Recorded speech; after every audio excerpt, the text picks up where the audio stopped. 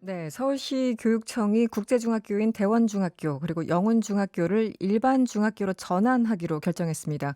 이제 우리나라의 국제중학교는 세 곳만 남게 될 전망인데요. 교육 전문가인 이범 교육평론가와 함께 이번 결정의 배경과 전망 들어보도록 하겠습니다. 나와 계시죠?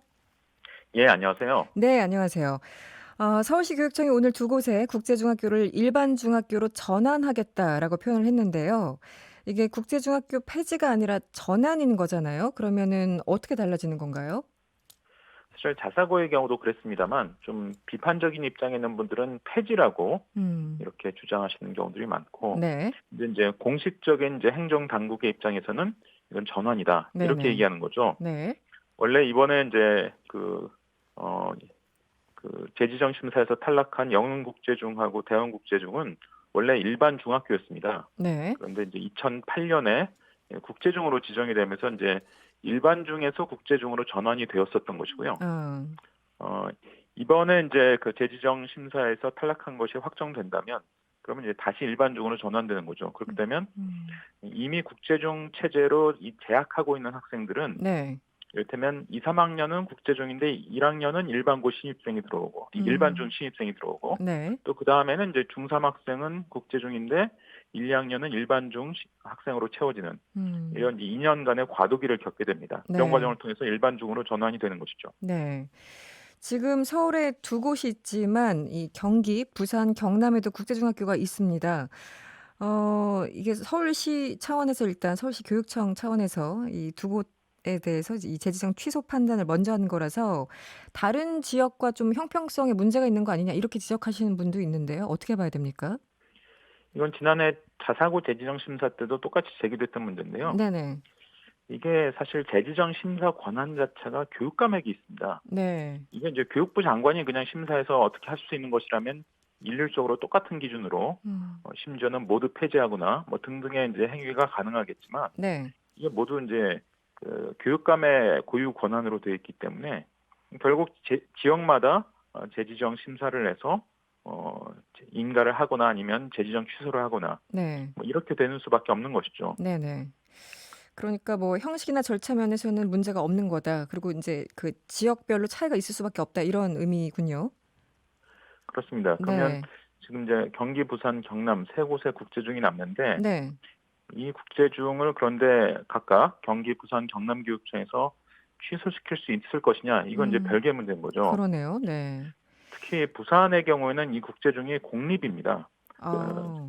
전국의 5개 중에서 유일한 공립 국제중인데 네. 그럼 만약 부산교육청이 이것을 재지정 취소한다면 음. 공립이니까 여태까지 늘 교육청이 관리 감독을 잘 할 수 있었던 환경인데 네. 어떻게 했길래 이거를 또 재지정 취소하는 결과가 나오느냐 이런 이제 약간 음. 자기모순적인 상황이 이제 벌어지게 되고요. 네네.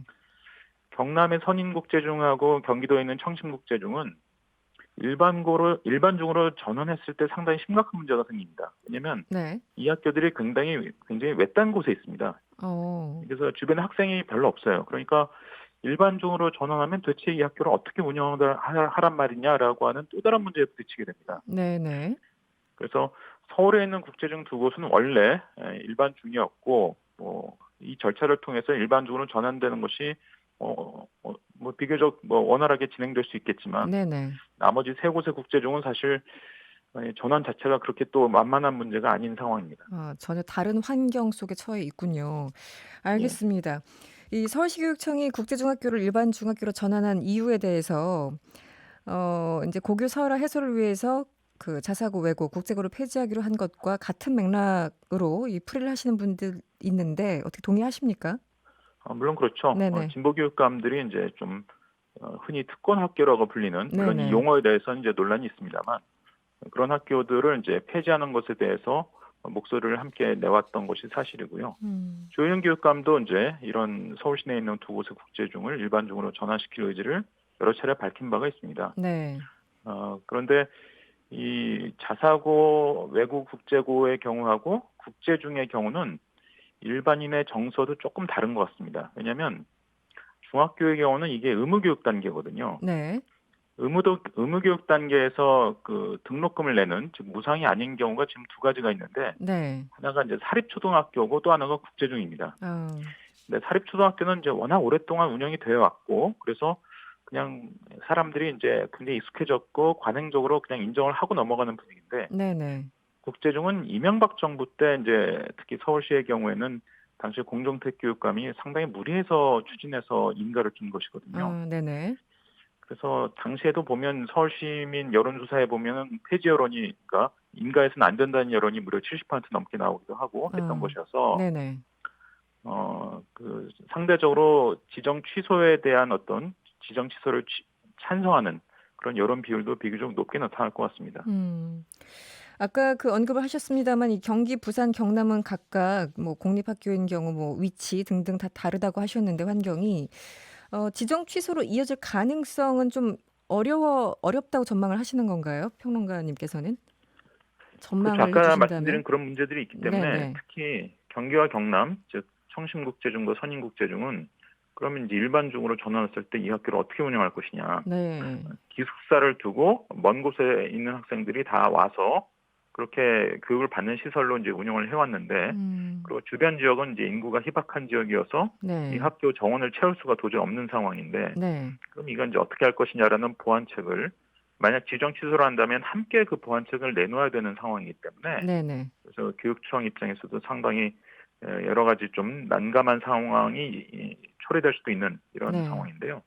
사실 비슷한 일이 이제 자사고의 경우도 있습니다. 예를 들면 작년에 재지정 심사 파동 때 전주의 상산고 같은 경우에는 네. 뭐 전주 시내에 있는 학교고 원래 예전에 일반고였기 때문에 네. 뭐 전환도 이제 별 무리가 없다. 이런 논리가 이제 성립 가능했는데 물론 재지정 탈락되지는 않았습니다만 강원도에 있는 이제 민사고라든지 네. 이런 학교는 굉장히 인구가 희박한 지역에 있는 기숙사 학교거든요. 음. 그럼 이걸 일반고로 정하면 도대체 또 어떻게 운영하란 네. 말이냐라는 네. 뭐 이런 여러 가지 복잡한 문제가 사실은 그 이면에 같이 존재하는 것이죠. 네.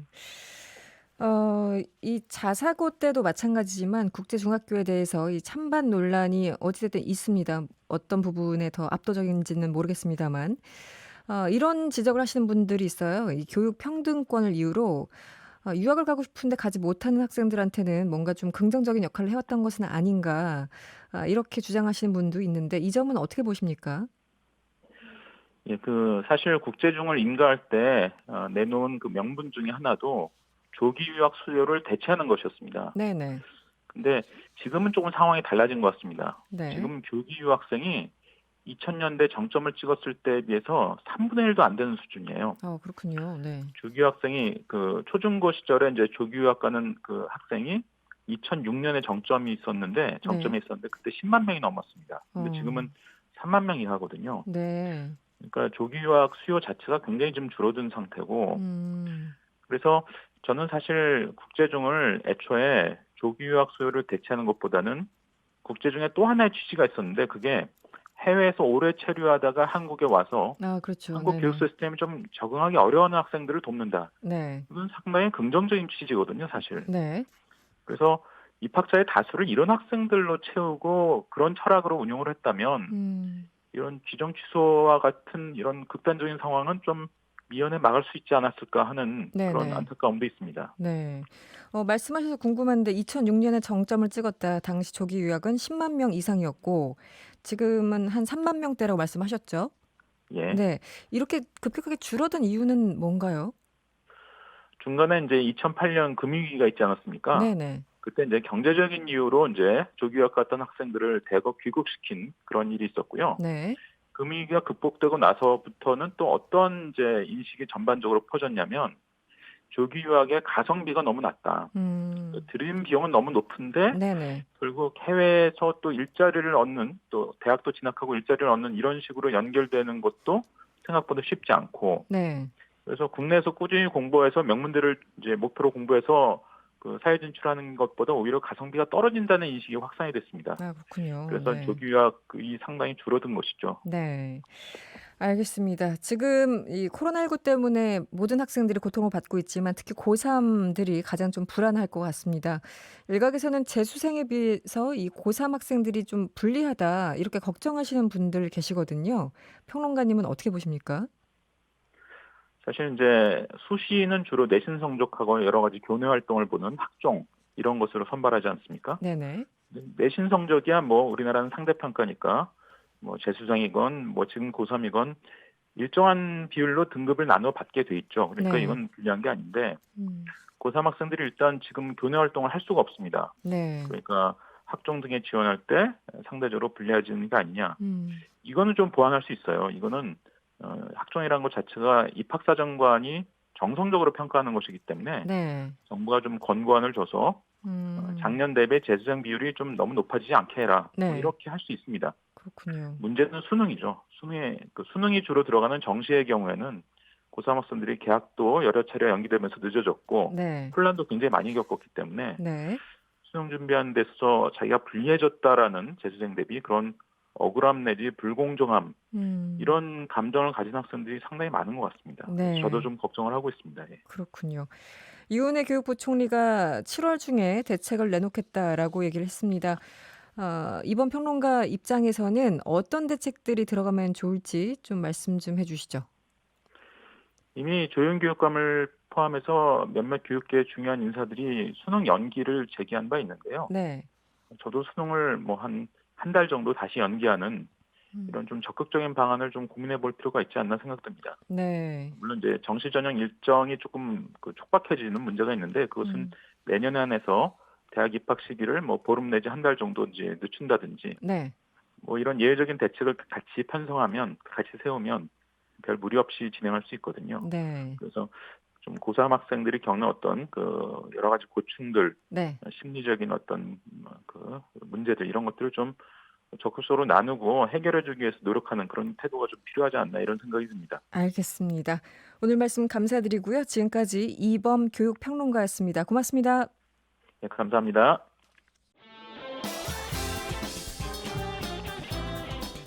여러분의 퇴근길을 꽉 채워드립니다.